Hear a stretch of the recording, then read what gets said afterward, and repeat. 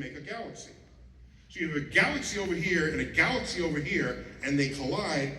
Every star is tugging on every other star in a way that it was not accustomed, because it's two galaxies colliding. And so it's basically a train wreck when this happens. Look how beautiful these innocent galaxies.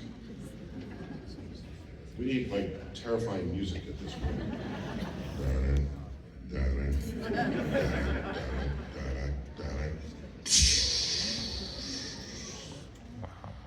Oh, I like that. The screams. Now, the nuclei of these galaxies are tightly bound gravitationally, so they're still there. All the rest of the stuff got scattered hither and yon. And so we pick up the action where the two nuclei, they still see each other, they feel each other, but they will come back for another round as they collide with each other. So here they come.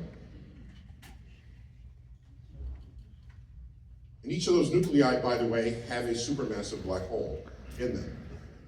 So there they go. They'll mostly pass through each other first. Oh, did it end here? Oh. Okay. So what happens is they keep passing through each other until they merge and become one galaxy after having scattered billions of other stars in its vicinity. So when I was in graduate school, there was a catalog of what's called peculiar galaxies. Just weird galaxies. It's like, what?